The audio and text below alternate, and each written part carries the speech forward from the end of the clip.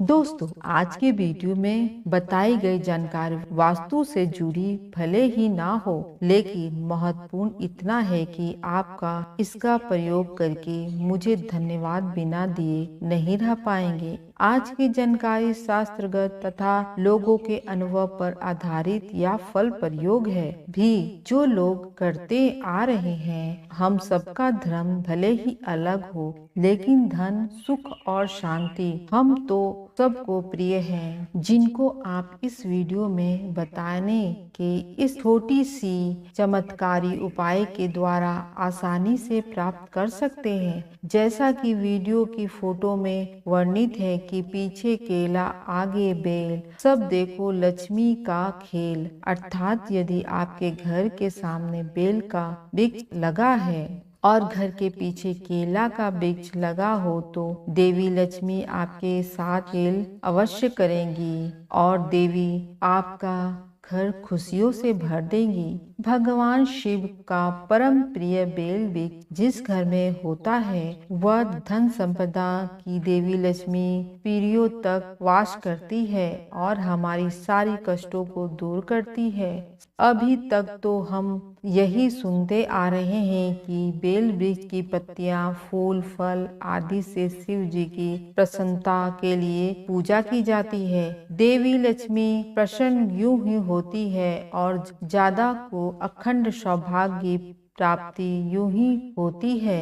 आज देखते हैं एक पौराणिक कथा के अनुसार श्री हरि के तीनों पत्नियां देवी लक्ष्मी, देवी गंगा और देवी सरस्वती साथ साथ वैकुंठ में श्री हरि के साथ निवास करती है। मित्रों, देवी सरस्वती को लेकर आप किसी भ्रम में ना रहिएगा। देवी सरस्वती ब्रह्मा जी की मानस पुत्री और भगवान विष्णु की पत्नी, जबकि ब्रह्मा जी दो पत्नी है, जिसमें पहली पत्नी देवी सावित्री और दूसरी पत्नी माता गायत्री है। मित्रों, अब आपके मन में यह प्रश्न अवश्य उठेगा कि यदि देवी लक्ष्मी, देवी सरस्वती और देवी गंगा भगवान शिव हरि की पत्नी है तो चित्रों के साथ साथ क्यों नहीं दिखाई देते हैं? देवी लक्ष्मी के साथ श्री हरि क्यों नहीं नजर आते हैं? मित्रों, यह एक बहुत ही रोचक और पौराणिक प्रश्न है, लेकिन इस संबंध में छोटी सी जानकारी हम आपको दे सकते हैं कि जब यह तीनों देवियां श्री हरि के साथ वैकुंठ में निवास कर रही थी तो इसमें किसी दिन देवी गंगा और देवी सरस्वती में इसी बात को लेकर विवाद हो गया और यह दोनों एक दूसरे को नदी होने का श्राप देकर वैकुंठ छोड़ नदी रूप में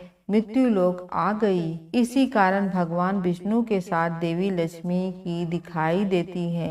बात उन दिनों की है जब यह घटना अभी घटित नहीं हुई थी और तीनों देवी श्री हरि के साथ वैकुंठ में निवास कर रही थी। तब कुछ ऐसा हुआ कि भगवान विष्णु देवी सरस्वती के रूप को अक्सर गुनगुनाते रहती और देवी सरस्वती की प्रशंसा किया करते थे। जब ऐसा कई दिनों तक चल रहा तब एक दिन माता लक्ष्मी ने मन में विचार उत्पन्न हुआ और भी सोचने लगी कि लग रहा है प्रभु मेरी अनिक भक्ति से प्रसन्न नहीं है और ना ही हमसे प्रेम करते हैं। लेकिन माता के मन में किसी के प्रति ईर्ष्या या प्रतिरोध की भावना उत्पन्न नहीं हुई। तब अपने प्रेम को पाने की कामना देवी लक्ष्मी देवादि देव महादेव के विग्रह की तपस्या प्रारंभ कर दी और इस क्रम में देवी लक्ष्मी महादेव को प्रतिदिन 1000 कमल पुष्प अर्पित कर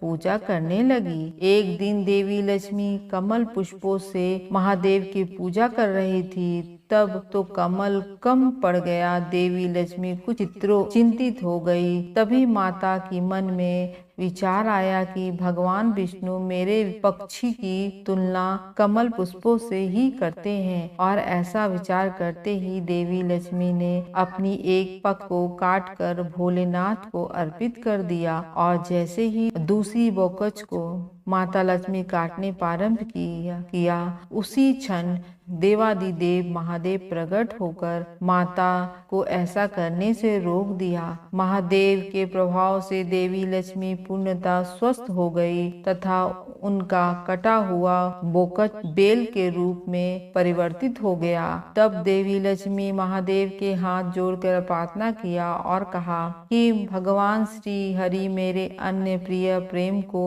महसूस करे और मुझे भी प्रेम करे। तब शिव जी ने देवी महालक्ष्मी को समझाया और कहा, आप तो श्री हरि की नीति शक्ति हैं, आपके बिना एक क्षण भी नहीं रह सकते।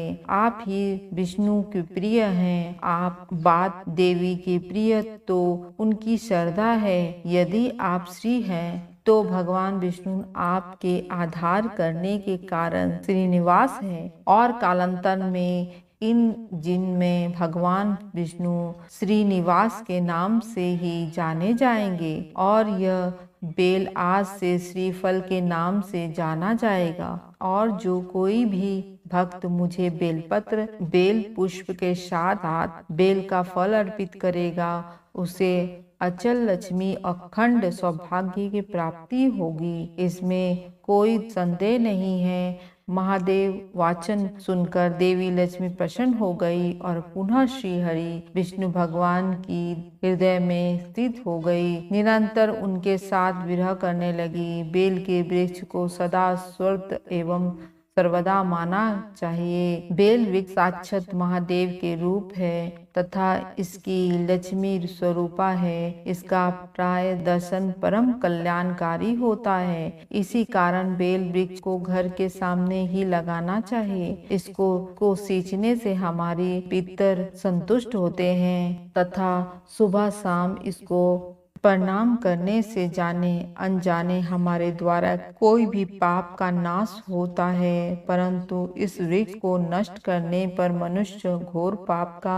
भागी बनता है। केला का वृक्ष ही परम कल्याणकारी होता है, लेकिन महादेव के द्वारा श्रापित होने के कारण इसे घर के सामने नहीं लगाना चाहिए। इसको सदैव घर के पीछे लगाना चाहिए। एक नजर हम कुछ इस पर भी डाल दे जिसके कारण महादेव के द्वारा यह परम कल्याणकारी वृक्ष श्रापित हुई। एक बार की बात है, महादेव के गुरुदेव गुरु बृहस्पति के मन में इस बात का अहंकार हो गया कि सभी देवताओं के गुरु हैं और सभी देवताओं के प्रणाम करते हैं, परंतु महादेव उन्हें कभी प्रणाम नहीं करते हैं। और को लेकर एक दिन देव गुरु बृहस्पति महादेव के विवाद करने लगे। तब महादेव जी ने श्राप दिया और कहा कि तुम ज्ञान के देवता होने के बाद भी तुम्हारी बुद्धि जड़ समान है, अर्थात तुम्हारी चेतना विहीन है, इसलिए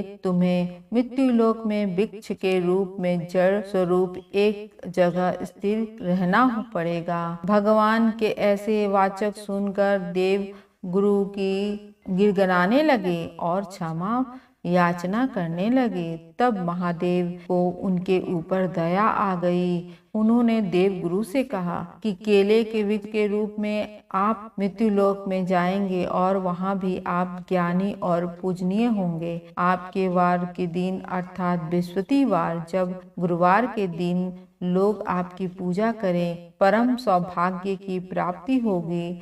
आपको अस्पष्ट और प्रणाम करने लोग विकार रहित बुद्धि और ज्ञान को प्राप्त करेंगे। कुमारी कन्याएं उपवास के द्वारा मनोवांछित फल प्राप्त करेंगे। आप जहाँ रहेंगे वहाँ के लोग के मन में अहंकार नहीं आएगा। इसी कारण केले का वृक्ष परम कल्याणकारी, सौभाग्यदायी और पूजनीय हो गया है, लेकिन श्रापित होने के कारण प्रातःकाल इसका दर्शन पर वर्जित हो गया है। लेकिन इसलिए इसको घर के पीछे ही लगाया जाता है।